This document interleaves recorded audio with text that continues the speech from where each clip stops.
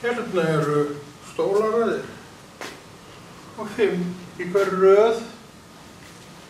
Það kann gera 20 stóla. Og hvað hafa menn að gera við 20 stóla? I don't know. I don't know.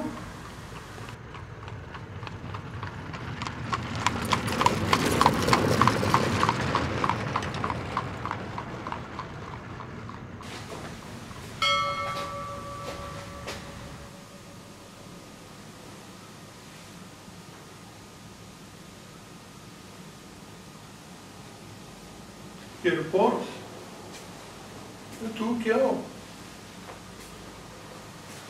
Hvað gera menn? Borð með dúki á. I don't know. I don't know. Og hér má sjá 2 stóla. Ofan á hvorum öðrum. Og hvað gera menn við stóla 2? Ofan á hvor öðrum. I don't know. I don't know.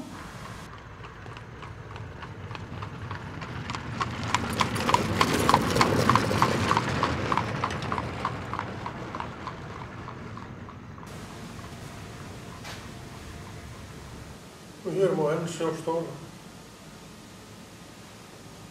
5 raðaðir ofan á hvorn. Svo eru bara 3 hér. Og 6 hér. Það er hvað í gangi. I don't know. I don't know. Hvað gerir svona? I don't know.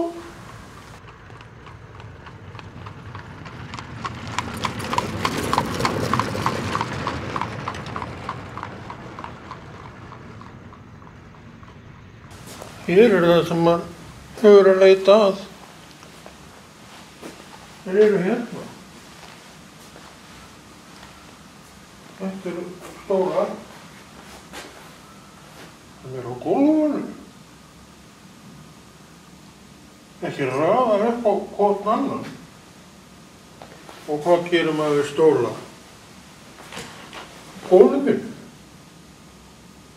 Og þetta sem ég er að gera hér. Setjast í þá.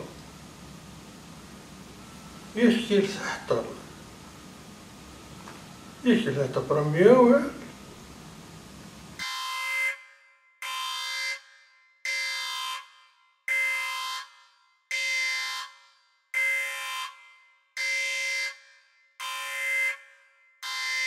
Endurtaka þetta allt, þakka þér fyrir það.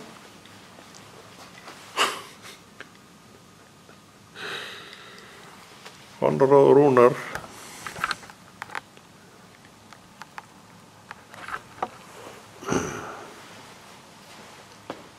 Komið nú sæl. Ekki veit ég hvaða furðufugl var þarna undan mér. Þekki hann ekki. En hann var nú þarna samt. Hélt að hann væri fyndinn. Já, fannst þér að fyndinn? Kannski. Það er ýmislegt fengist við. Og það er ýmislegt sem að menn eru tilbúin til að láta hafa sig út í. Og af hverju ekki? Það mátti alveg gandlast með eitthvað. Þegar ég var að byrja svona í trúnni, ég lengi reyndar eftir að ég fór af stað í þessu. Og þá sást þú þennan ekki með hatt eða húfu inn í kirkjunni. Það tók það einhvern veginn í sig að þetta væri rangt eða svona, já, ég var ekki viss að væri viðeigandi. En Alli vinn minn í Smárakirkju, hann samfærði með þetta, við vorum eitthvað að ræða saman þessi máli sem við gerum nú stundum. Og þetta kom til tals og hann sagði, þú ert ekkert á neinar og gerð þessu, komdu bara með húfu eða hatt þú vilt það.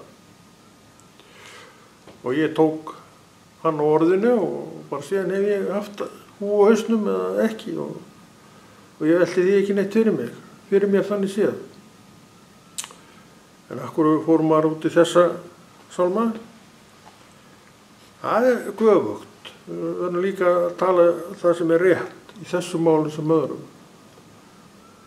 að þeirri ástæðu einni að ég vildi fara varlega í mína trú. Ég held að það sé mjög rétt afstaða, hvort sem ég eða þú, að við viljum fara varlega með okkur trú. Og það er svona, stimpill og svona gæða stimpill fyrir einstakling sem tekur þennan púl í hæðinni, að vilja fara varlega. Og ef þú hefur þessa skoðun uppi og gengur fram í henni, þar er vegna þess að þú berð ótæmandi virðingu fyrir honum sem dó á krossi. Þess vegna gerur þetta svona.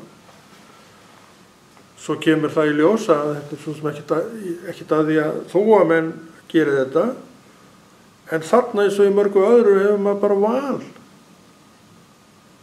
Með húf á hausnum eða ekki, og þú kemur nú alltaf í einhverjum flíkum. Engi. Akkur ekki að hylja á sér efsta hluta líkamans með einhverju höfuðföti eða einhverju, ef þú vilt.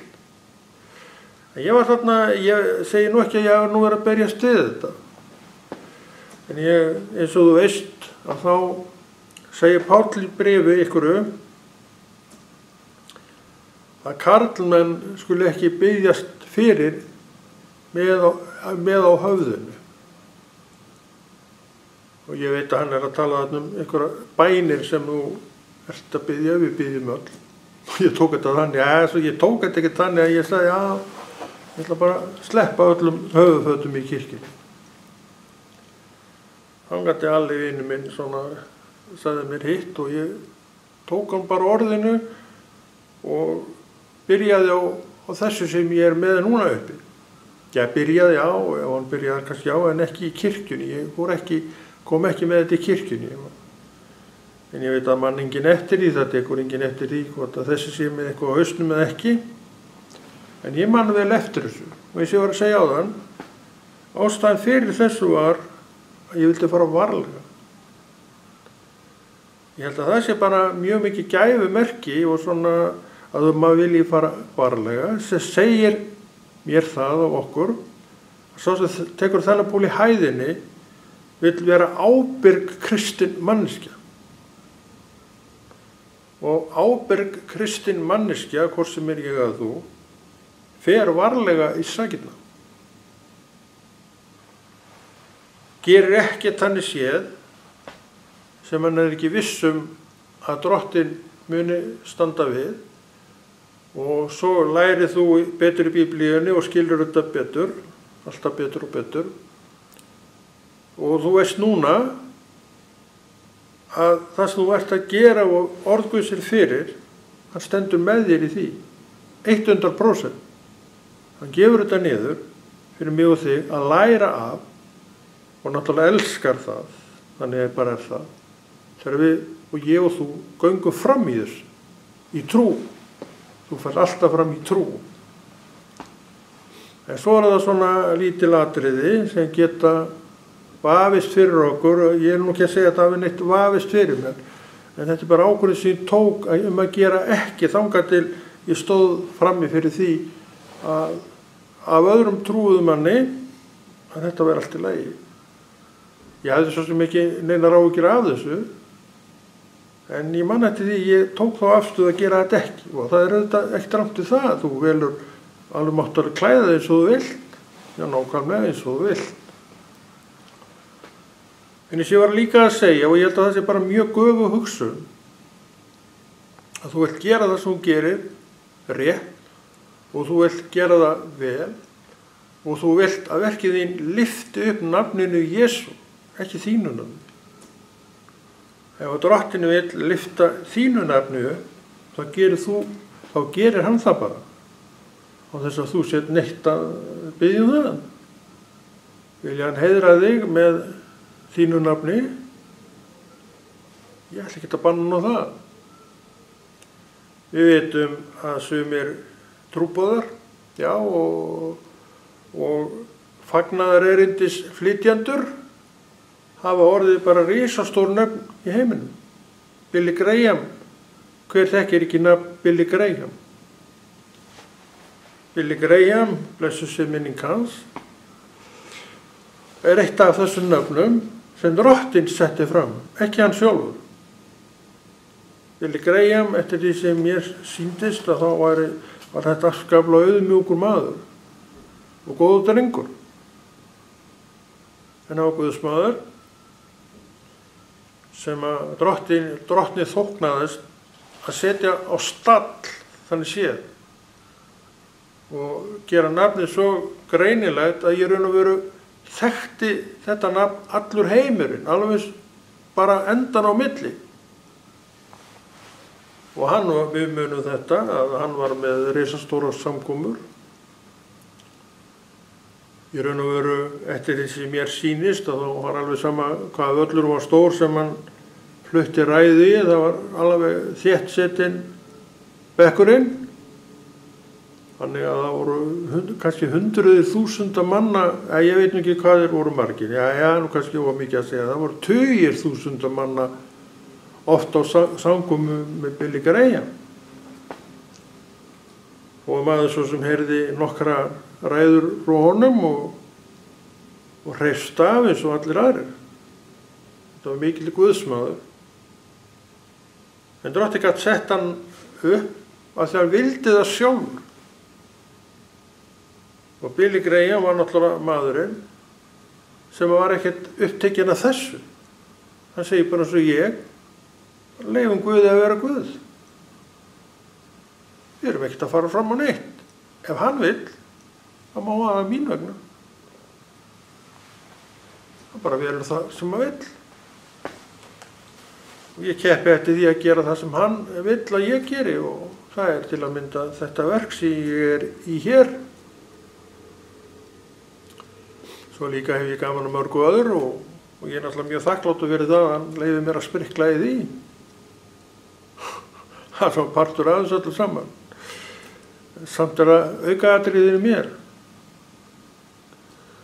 Ekki til að fylla upp í neitt, bara stundur langar maður til að gera þetta og þá gerir maður þetta. Og sér ekki rangt við það. En höfuðfatið er ég með uppi. Yfirleitt orðið. En eins og ég segi í áraraðir gerði ég það ekki af þessari ástæðu sem ég var að tala um áðan og endurtek að ég vildi vanda mig við þetta Guðsverk. Ég er ennþá í raun og veru á þeim stað að ég vil vanda Guðsverkið. Ég hef alltaf bara treyst Drottni fyrir þessu, hef fundið nærveru hans í þessu með mér. Og hvað þarf ég meira? Og hvað þarf þú meira en þetta? Þannig að Drottinn er út um allt. Hann er að hvetja þig til þess að vinna verkin sem að hann hefur sett upp í hendurnar á þér. Því ef þú ert á þessu staði hinum og ert sjálfur vissum hann fékk þér þetta í fangið, þá skaltu líka sinna því. Og ég segi, það sem hann setur upp í fangið á þér, eða mér, það endist út æfina. Og hvernig líst þér á það? Ég veit það ekki. Sjálfur líst mér bara mjög vel á það og er alveg tilbúin í þetta verk að halda þessu bara áfram. Svona einhver að segja þá sé ég ekkert annað en þetta. Ég man alltaf eftir því að Geir Jón, lögregluþjóðsfyrirverandi, vestmanningur, hann sagði einu sinni við mig, ég var þá alltaf að taka myndir, og hann er svo eini svo í muni sem sagði þetta við mig. Hann sagði, við vorum þá á kotmóti, hann er nú á öllum kotmótum held ég, og við þekkjum svona, við vitum alveg af hverjum öðrum, og hann sagði við mig, ég sé þið nú ekki í neinu öðru verki en þessu, svo. Við ættum ósköp vænt þetta. Ég man ekki eftir öðru sem hefur sagt þetta við mig, hann sagði þetta við mig og já, það var gaman að heyra þetta. Ég náttúrulega veit alveg hvað ég á að gera, það er ekki málið, sko, það er líka allt í lagi. Og ekki verra ef ykkur annar veit með mér. Ekki það að ég hef sagt honum það, heldur er þetta bara eitthvað sem að Guð hefur opinberað honum þennan einstakling. Og það er auðvitað meðmælin mestu fyrir þann einstakling sem á í hlut. og líka náttúrulega merki til hins, fyrir mig, já, hann heyrir í Guði. Þetta var mikil uppörvun og eins og ég segi, þetta hefur ekki oft verið sagt um mig hvað þetta varðar og ég man reyndar ekki eftir öðru en þessari ábendingu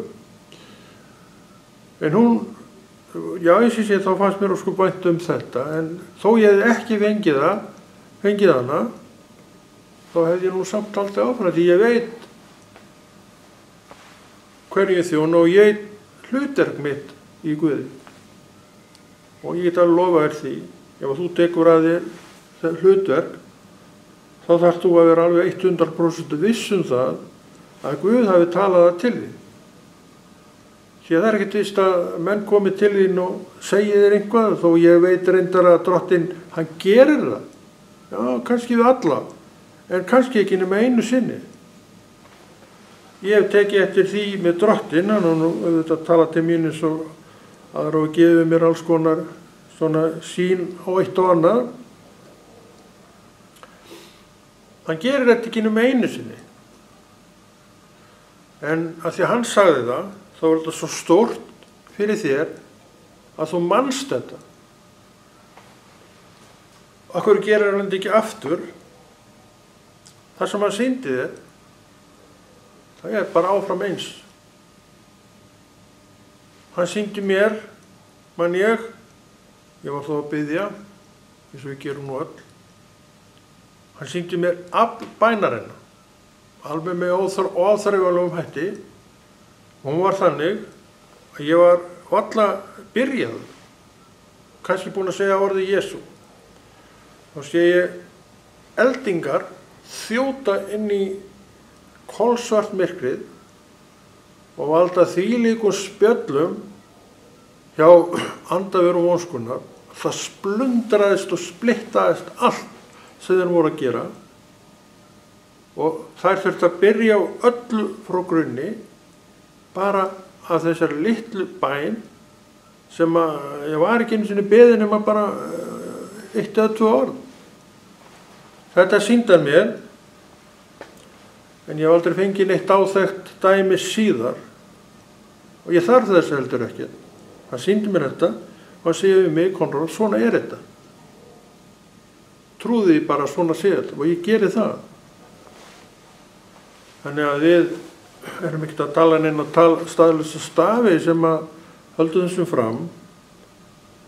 En þetta er mjög mikilvægt fyrir mig sem einstakling og þig sem einstakling fyrir þig að við fáum svona uppörfun frá einstaklingi eða bara beinar sýnir, ef svo má segja, frá lifandi Guði. Þetta kemur, já, á þessa báða vegum má segja. Og ég held að þú getur alveg tekið undir þetta fyrir þig, að svona hefur þetta líka oft á tíðum verið hjá þér. Þetta er mikilvægt. En þetta er ekkert eitthvað sem er daglegt og það þarf heldur ekkert að vera neitt daglegt því að þú manst þessi andartök eins og bara ég vegna þess að það sem Drottinn er að gera það er svo risa stórt að þú gleymir því ekkert svo auðveldlega. Þetta er svona það sem ég hef lært af þessu og í þessu að Drottinn þarf ekkert að vera að tala til mér alveg stöðugt. Hann segir eitthvað og þá veistu það og getur rifjað þig og hann sér að þú rifjir þetta upp og manst það og þú segir, já, þetta er svona. Og þetta hefur verið þetta hvatning því að gangan er bara framundan og þetta er áratugir síðan ég fékk þessa sýn í varðandi bænina en ég man hana alveg eins og hún hefði bara verið að gerast núna þó ég aldrei fengi þetta aftur. Ég man eftir því líka, ég hef nú oft talað um það, að með brauðsbrotninguna, ég man alltaf eftir því hvað ég var út úr blessuð manneskja þegar ég var vitni og sá hátt í 500 manneskjur taka brauð og vín, þú veist, brauð og vínið og allt það, En ég hef aldrei fengið þetta aftur. Drottinn sýndi mér stórfenglingar af brauðsbrotningunni og ég upplifði hana sem eitthvað stórfenglegt. Og þetta situr eftir, þó aldrei aftur hafi ég upplifið þetta með þessum hætti og ég fer í dag í brauðsbrotningu, eins og við hér í Smárakirkju gerum orðið töluvert mikið, á þess að maður upplifir neitt í líkingu við það sem maður gerði þarna og það allt í lagi. Brauðsbrotningin samt þetta, stórfenglegur atburður í augum Drottins. Það þessi verk sem hann að vinna með okkur og í okkur, sem við megum alveg haldi í og hann getur okkur reyndar til þess að haldi í, að þetta kemur með þessum hætti kannski bara einu sinni. Og það eitt af því sem ég búin að læra af minni trúgöngu. Og ég tel þetta að vera hárrétta kennslu fyrir mig og mér verður oft hugsað til þessara atvika. Ég man nú reyndar ekki eftir fleirum akkurat núna en ég á örugglega alveg töluvert fleiri. En þetta kemur bara upp þegar Drottinn vill að komi upp. En það sem ég fékk af þessu var náttúrulega bara kennsla sem ég veit að bara áfram. Af hverju veit ég það? Að ég veit að Guð breytir sér ekki neitt. Það nú ein trúar sannfæringin sem maður á, að Guð breytir sér ekki neitt. Þannig við erum salla róleg þó að við skiljum kannski ekki allt og líka þó okkur finnist að okkur vegið á ósanngjarnan máta og þá ætlum við samt að halda áfram og ekki staldra of mikið við það og það nú eitt, auðvitað maður svo sem heyrt margt og ýmislegt sagt við mann og maður hefur tekið þetta á stund upp og stund en það hefur aldrei staldra neitt við í manni og þannig þetta nú sigrarnir. Það staldrar stutt við í manni og svo það bara farið. Maður delur ekkert í þessu neitt lengur en af sem áður var að þegar mann bara fyllti sig af ykkur og það bara fyllti mann árum saman. Það ekki lengur. Veistu af hverju þetta er? Þetta af ávinningi trúarinn. Hann mikill og þú átt líka þinn ávinning ekki minni heldur minn. Og stundum eru tímar góðir til þess að rifja þetta svolítið upp. Hvað maður á, hvað hefur áunnist.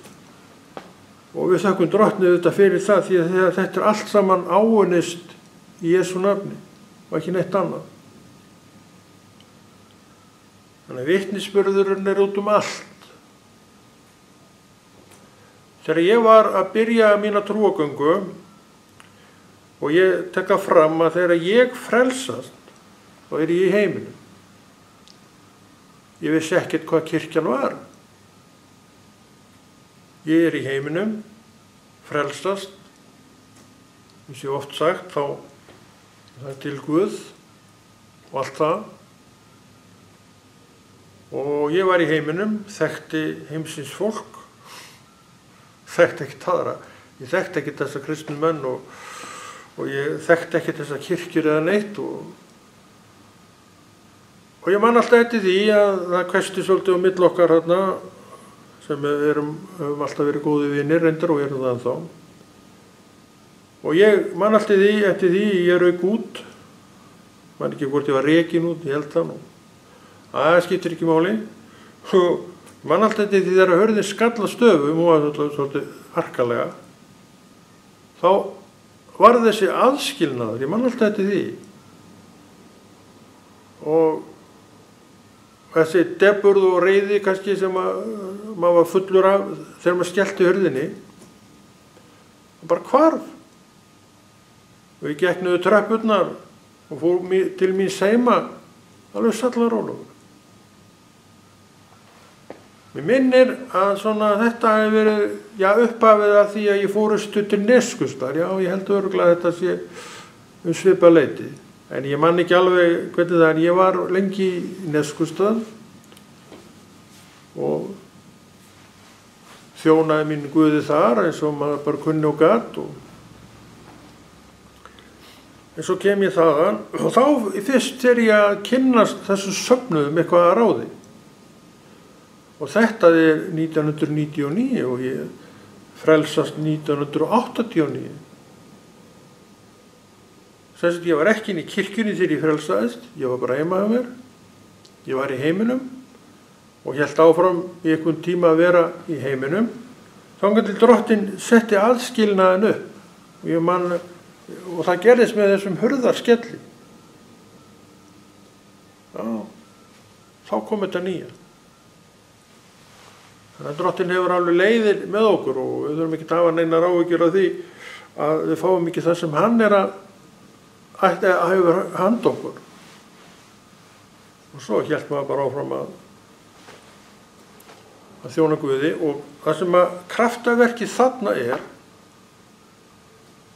að við erum öll, við vorum reyndar alltaf vinir, en við erum öll mjög kæri í dag og það þykir mér vænt um. Ég kom ekki nálægt því. Drottinn sá þetta allt. Ég var bara að vinna í Jesú nafni, hann elskar það. Hann var á meðan að redda öllu hinu. Smyrja, bæta og breyta og ég veit ekki hvað og hvað. Þannig að allt féll þetta nú í ljúfa löð. Þess ég var að segja þá voru öll reyndar búin að vera í áratugi mjög góðir vinir og reyndar höfum alla ævi verið bara mjög góðir vinir. En kannski slettist aðeins upp á þau, veitum hvernig þetta er. En það er allt saman búið fyrir áratug. Og það þykir mér ósköp vænt um. Þannig að haltu bara áfram með þína trú, leyfðu Guði að gera aðskilnaðinn og ég þurfti ekkert að hafa fyrir því, hann gerði þetta bara eins og ég var að segja, það gerðist þarna við þess ágætu hörð.